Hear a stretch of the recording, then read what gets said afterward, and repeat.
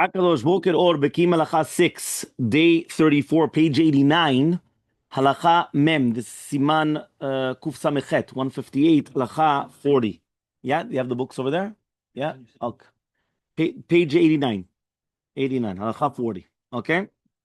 Nitbaer Lanu, Gimel Svarot Lekula. So we're going to have three different logics to be lenient. Number one, eno nogea b'mashke. What happens if you don't actually touch the mashke? What is that going to be? For example, you use a fork and a knife or whatever, a fork, a spoon, you're not touching the liquid. Number two, pachot mikazait, if you're going to have less than a kazait.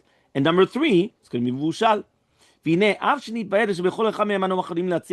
But if it's going to be that in each one, we do not, right? We are going to be, that means in each one separately, we still need netilah of davar shebtibulo mashke. Nevertheless, if you're going to have two of them together, and tzarich litol yadav, you do not need to do netilat yadayim, because you don't have it, and therefore, right, the mikrim abayim. Mevushal ve'eno nogea b'mashke. What happens is going to be cooked, and you don't touch it. So, im metabel ma'achal b'mashke mevushal, if you're going to be metabel, right, ma'achal b'mashke mevushal, ve'gam eno nogea b'mashke, you're not touching it, and so you don't need to do wash your hands. Why? You don't do two chumrot. V'lachen, and therefore, mi shemetabel uga betoch kafeh or marak, right, mevushalim. If you're going to dip, right, let's say for example, tea biscuits or cakes into marak mevushalim, into a soup or into tea, umakpid shelo legat b'mashke, in your makpid, you don't have to do netilat yadayim. Even though you're eating more than a kazait, because basically the second that you have two of them together, so you don't need the other ones. You understand? Meaning that the second you have two together, two leniencies together, that's it, right? V'wadi misho chel perot mevushalim, kompot, for example, kompot b'mayim, and tzarich lezel netilat yadayim. You don't need netilat yadayim, right? Why? Kevan sheochlam bekaf, because you're eating it with a spoon. V'nogea biyadav beperot, v'gamem right amayim mevushalim. So, by the way, you should know this is all even without the shitat tosafot. Because remember, if I add the Tosafot, you never have to do the Netilat Yadayim for the Tibul Mashke. So we're not even with the Tosafot. We're after the fact that even if you're going to paskin that you still need to do Netilat Yadayim for the Tibul Mashke, like the majority of the Rishonim, you still have another three Svarot Lakel. And whenever you put two of them out of the three together, you're Mekel. So one more time, you've got cooked, less than a kazait, or you're not touching it. So basically you're using a utensil. Okay? So he comes here, number 35. Look in the footnote. In the footnote in the bottom, the Ben Ish Chai ruled. Right, we're on page 89 on the bottom. Okay, the footnote says, the Ben Ish Chai ruled. Right? Can you please close the door, doctor? It's too much noise. But I can't hear. Yeah, the Ben Ish Chai ruled, right, that if the beverage has been cooked and someone wishes to eat the food without touching, right, the part that has been dipped into the beverage, it is not necessary to wash the hands. Although Arav Chida, right? Although Rav Chida seems to have ruled stringently in this matter, he was referring to a case where the person is not careful to avoid touching the moistened part of the food, right? He says that Rishon LeZion demonstrated that the Achronim debated this matter, which is Sharei Keretzadora, they ruled leniently. The Alichot Olam also ruled expressly that it's not necessary to perform Netilat Yadayim when eating a food dipped in a cooked beverage, as long as one takes care not to touch the moistened part of the food. Okay? So breakfast cereals. Okay, so he comes and he says like this: breakfast cereals, a bowl of cereal with milk is definitely a food that has been moistened with a beverage, and it would seem that it is necessary to perform Netilat Yadayim before eating it. Milk is one of the 7 beverages, as explained in Halacha number 42. Meaning you have to remember that there's going to be the 7 beverages which this applies to, and this is the Yad Shachadam, which that's the mnemonic, right, the siman, in order to remember it. So nevertheless, the common practice is to eat just the food without washing hands. Perhaps it's because the milk is considered a cooked beverage, since it's been pasteurized. Just as many poskim rule the pasteurized wine is considered a cooked wine. Since people eat breakfast cereal with a spoon, and they don't actually touch it with their hands, so it turns out that there's going to be 2 leniencies. Right? So remember, whenever you have 2 leniencies, you don't have to do Netilat Yadayim. The Halacha Berurah disagreed with this reasoning, claiming that the leniency of cooked beverages applies only when the food one is eating has been cooked with the beverage, meaning if it's been cooked together.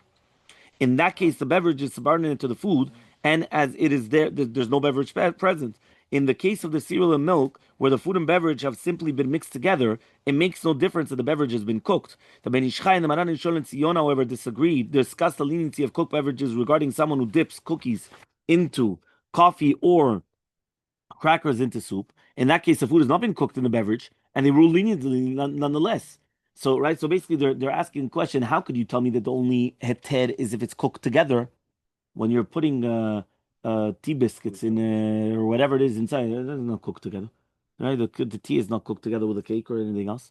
So he comes and he says, right? Even so, there's a basic difference between the two cases. When dipping a cookie into coffee and eating it, the coffee has been absorbed into the cookie, has become part of it, and it's no longer considered a beverage. When eating a cereal with milk using a spoon, the milk is still a liquid. And therefore, the fact that the milk might have been cooked is not a basis for leniency.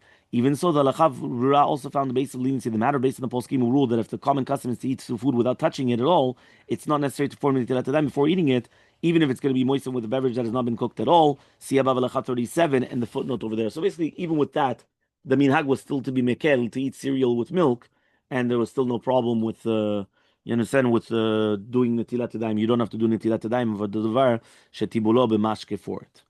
Okay. לא יהיו. Dipping food into a cooked beverage.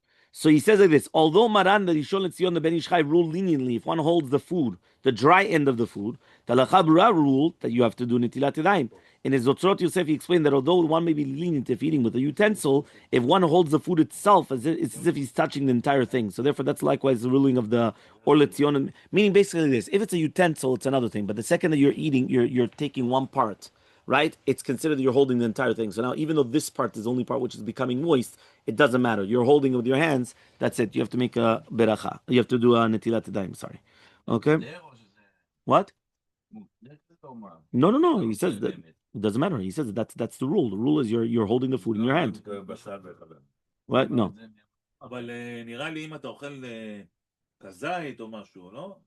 No, it's because we're talking about kazait. Yeah, we're talking about kazait. Yeah. Okay. Next. No. We just learned it at the beginning of this morning. Mevushal upachot mikazait. Everybody, we brought it down. Everyone brought down if it's less than a kazait. Mevushal upachot mikazait. What happens now if it's going to be mevushal and less than a kazait? So אם יטבל עוגה פחות משיעור כזית בתוך משקה מבושל שאינו צריך ליטול ידיו, אף אם ייגע במשקה והוא הדין האוכל זיתים בשיעור פחות מכזית, אין צריך נטילה. So you don't have to do נטילת ידיים. אף שנוגע בטיבות שלהם. Right? Why? Because you don't have it. So here, right? Here we have like this, yeah? So he says like this, eating less than a kazait of food moistened with a cooked beverage. So he says like this, that Rishon LeZion wrote clearly that technically it's permissible to eat less than a kazait of food with a beverage, and it's not necessary to do netilat yadayim. He says, nevertheless, he added that someone who has fear of Hashem, he should do it even though it's going to be less than a kazait. As such as when the beverage has been cooked, or if the person is not actually touching the food, so then you could be even more lenient, okay? Now he says, it's obvious from this that there's no obligation whatsoever to do netilat yadayim if someone wishes to eat less than a kazait of food dipped, right, in a cooked beverage. However, the Rishon LeZion seems to contradict himself. Why? He brings down a machloka between the Sheireh Knesset Godam and Mordechai regarding this case, and he pointed out that the Ben Ish Chai concurred with the lenient opinion, adding that that this makes a solid basis to rely upon this practice. Nevertheless, he concluded that somebody should be a machmir tavol bracha. So if one plans to eat less than a kazait of food dipped in a cooked beverage and is careful not to touch it at all, it's certainly, for sure, you don't have to do it, right? Because then you have all the shitot together. You've got cooked, less than a kazait, and you have that you're holding with a fork or a knife. You're not actually touching the food. This reference to the lichot olam, right, seems odd. Why? He wrote that one may be lenient as long as any of the two of the three factors are present. That means if one plans to eat less than a kazait of food dipped in a cooked beverage, it's necessary to form netilat yadayim, even if one touches the moistened food. This is logical since technically it should be permissible to eat less than a kazait without washing hands in any case. Combined with any other one factor for leniency, it should become absolutely permissible, right? Even for a God-fearing person. In fact, it's unnecessary to do netilat yadayim when planning to eat even more than a kazait of food dipped in a cooked beverage, as long as one does not touch the moistened food. So even though neither of these factors is strong enough for leniency in itself, so therefore what's going on then?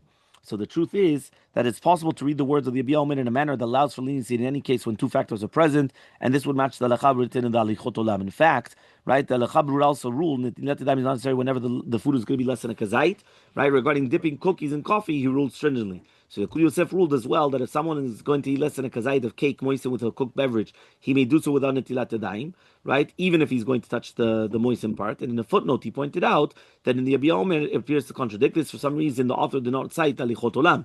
although it clearly supports this ruling, right? Since it's possible to read the Yabia Omen in a manner that does not contradict Alichot Olam, the original ruling of Yakut Yosef is going to be correct.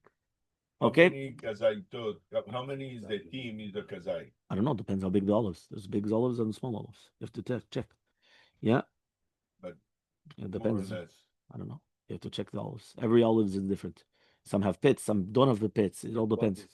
Yeah? So if it is in the oil, and you take it with your hands, if you eat less than a kazait, you don't need. Yeah, that's what we said. Okay, the last halacha is פחות מכזית ואינו נוגע במשקה. אם אוכל פחות מכזית ומטבלו במשקה באופן שאינו נוגע במשקה, you don't have to do the נטילת ידיים. This is number 37. He says this is the ruling of the הליכות עולם. Oil isn't mashke? Yes, oil is one of the 7 mashkim. Yeah, exactly. Yad shachatam, one of the shemen. So this is the ruling of the Alichot Olam. This is because technically one may be lenient when eating less than a kazait of moistened food, right? Whether or not the beverage has been cooked or even if it's going to be touching the moistened food, doesn't matter.